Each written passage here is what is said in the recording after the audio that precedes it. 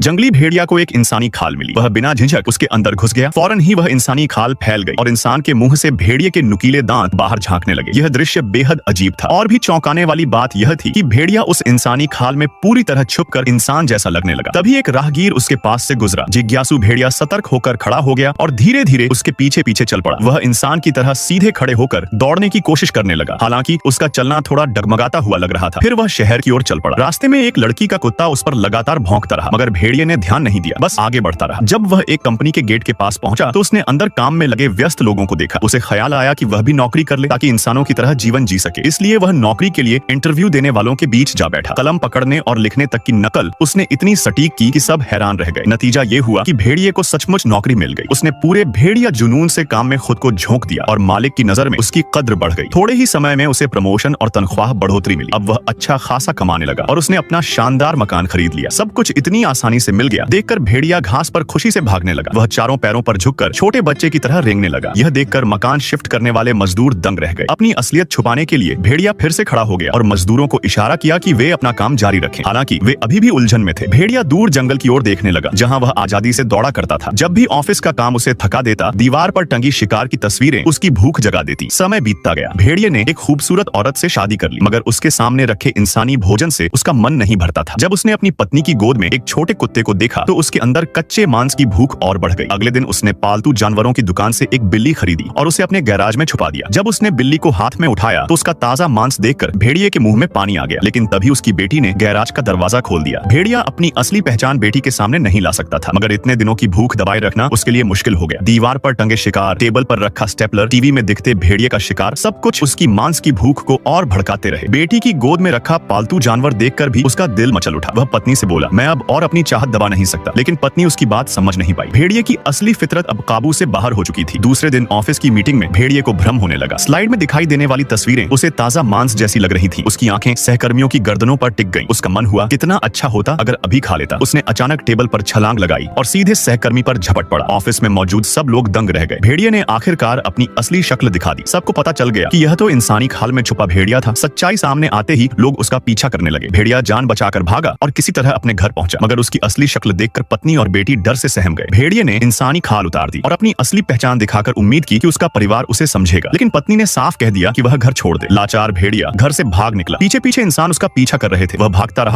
रहा और अंततः अपने पुराने जंगल के दरवाजे तक पहुंचा। लेकिन अब वह जंगल भी इंसानों की बस्ती में बदल चुका था। भेड़िया हताश होकर सड़क के बीच खड़ा हो गया। तभी एक तेज रफ्तार कार ने उसे कुचल दिया। राहगीर यह देखकर संतुष्ट होकर चले गए। थोड़ी देर बाद दो सफाई कर्मी आए। भेड़िए की लाश को एक प्लास्टिक बैग में भरकर कचरे की तरह नदी में फेंक